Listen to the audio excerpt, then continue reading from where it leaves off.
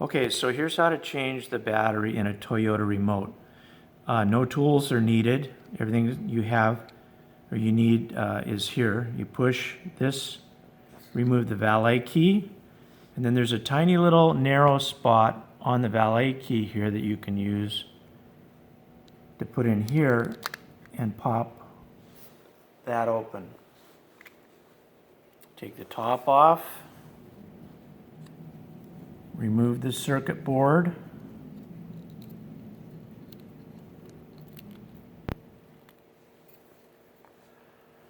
and then you can also use that same little thing here to get underneath the battery.